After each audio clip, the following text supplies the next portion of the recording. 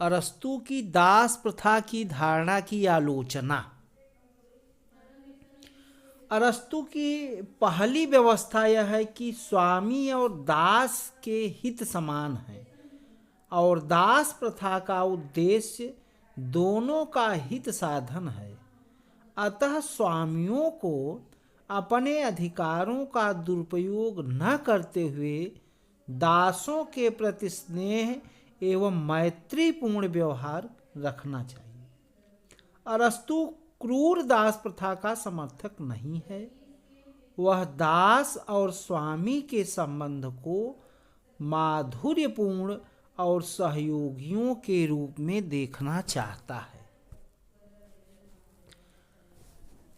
तो अरस्तु द्वारा प्रतिपादित दासता का सिद्धांत अनेक त्रुटियों से पूर्ण है। उसकी दास प्रथा संबंधी समग्र धारणा की आलोचना निम्नलिखित आधारों पर की जा सकती है।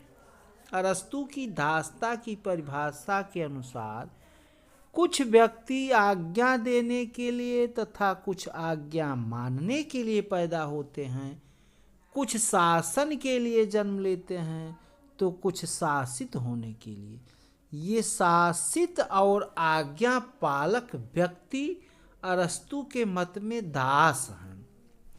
यदि इस धारणा को स्वीकार कर लिया जाए तो आज के औद्योगिक युग में अधिकांश व्यक्ति दास की स्थिति में आ जाएंगे, जबकि वास्तव में ऐसा नहीं है।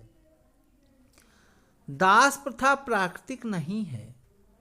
मनुष्य में विभिन्नता तथा बुद्धि की कुशाग्रता में अंतर होते हुए भी एक प्राकृतिक समानता होती है, जिसकी अवहेलना करना मानव व्यक्तित्व का अपमान करना है। पॉलिटिक्स में दास प्रथा के वर्णन को देखकर मैक्सी ने ठीक ही कहा है कि इस पुस्तक को भी अवैध घोषित कर दिया जाना चाहिए। अरस्तु के मत में दास वर्ग को शारीरिक शक्ति अधिक प्रदान होती है, लेकिन इसके साथ ही उसने यह भी संभव माना है कि कभी कभी यह शारीरिक शक्ति भी नहीं होती है। रॉस के अनुसार अरस्तु का मानव जाति को विवेक और गुणों तथा शासक और शासितों के आधार पर दो वर्गों में विभाजित करने के विचार का समर्थन नहीं किया जा सकता। यह वर्गीकरण सर्वथा कृत्रिम और अस्वाभाविक है। शासित व्यक्ति वस्तुतः बुद्धि शून्य नहीं होते, आज्ञा पालन करने वाले मूर्ख नहीं कहलाए जा सकते। फिर अरस्तु स्वयं यह स्वीकार करता है कि दासों में स्वामी के आदेश को समझने और पालन करने की बुद्धि होनी चाहिए। साथ ही वह यह भी कहता है कि दासों के साथ दासों जैसा नहीं अपितु मनुष्य की तरह मैत्रीपूर्ण व्यवहार किया जाना चाहिए। जब अरस्तु दास को मनुष्य मानता है तो उसे सभी दृष्टियों से मनुष्य ही मानना चाहिए। अरस्तु चाहता है कि दास अपने व्यक्तित्व को स्वामी के व्यक्तित्व में लीन करें, किंतु मनोवैज्ञानिक आधार पर यह सर्वथा संभव है। प्रत्येक व्यक्ति की अपनी कुछ अनुभूतियां होती हैं, कुछ इच्छाएं और भावनाएं होती हैं। तब भला दास द्वारा अपने व्यक्तित्व का स्वामी के व्यक्तित्व में संपूर्ण विलय किस प्रकार किया जा सकता है? किन्हीं विशेष परिस्थितियों के अंतर्गत वह अपना शारीरिक समर्पण भले ही कर दे, लेकिन मानसिक स्तर से वह किसी के समक्ष अपना समर्पण नहीं कर सकता। अरस्तु यह सिद्ध करने में सर्वथा असफल रहता है कि स्वामित्व प्राप्त करने का अधिकारी कौन है और दासता कौन। जब तक यह स्पष्ट न हो जाए कि दासता तथा स्वामित्व के तत्व किसमें हैं और किसमें नहीं, तब तक स्वामी और दास का निर्णय नहीं किया जा सकता। पुनः यह भी स्पष्ट नहीं है कि इस बात का निर्णय कौन करेगा कि कौन योग्य है और कौन अयोग्य।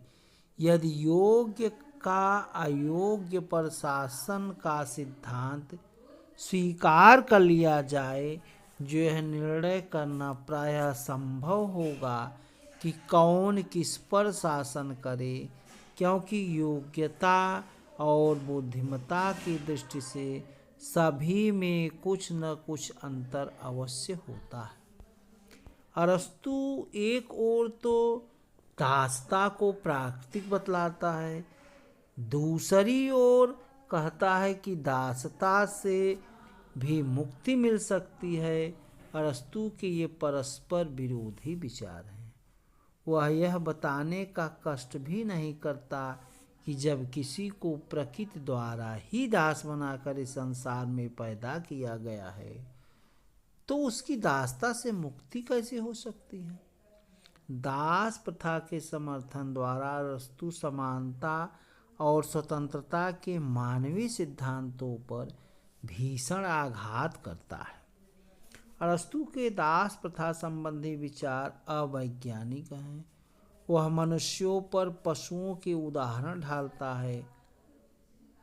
कोई भी प्रथा जो मनुष्य को पशुतुल्य समझते हुए उसका मोल तोल करने की अनुमति देती हो, कभी भी वैज्ञानिक नहीं हो सकती। दासों का जीवन पशुतुल्य बताते हुए स्वामी के साथ पारस्परिक जीवन का निरूपण भी अपने आप में विरोधाभास है।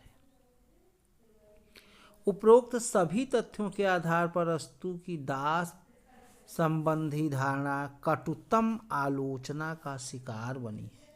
यह विडंबना ही मानी जाएगी कि उस जैसा महान दार्शनिक भी अपनी समकालीन संस्थाओं और उन्हें तर्क संगत सिद्ध करने वाले पूर्वाग्रहों से ग्रस्त था। अरस्तु के पक्ष में केवल यही कहा जा सकता है कि दासों को तत्कालीन सामाजिक आवश्यकता की पूर्ति के लिए आवश्यक मानते हुए भी उसने इस प्रथा में सुधार करने के अनेक प्रयत्न किए। उसने परंपरागत दास प्रथा का विरोध किया और केवल उन्हीं व्यक्तियों को दास बनाने के योग्य माना है जो प्रकृति द्वारा इस योग्य हों। उन्हें दासता से छुटकारा पाने के लिए भी उसने सैद्धांतिक स्पष्टता का परिचय दिया। क्रूर दास प्रथा का विरोध करते समय उसने नैतिकता का ध्यान रखा, चाहे इससे नैतिकता और मानवीयता का अनुपात कितना ही क्यों न हो। तो आज यहीं पर वीडियो को लेक्चर को समाप्त करता हूँ। जय हिंद, जय भारत। यह video TGT, PGT, BA political science, MA political science तमाम प्रतियोगी परीक्षाओं के लिए बहुत महत्वपूर्ण है। जय हिंद, जय भारत।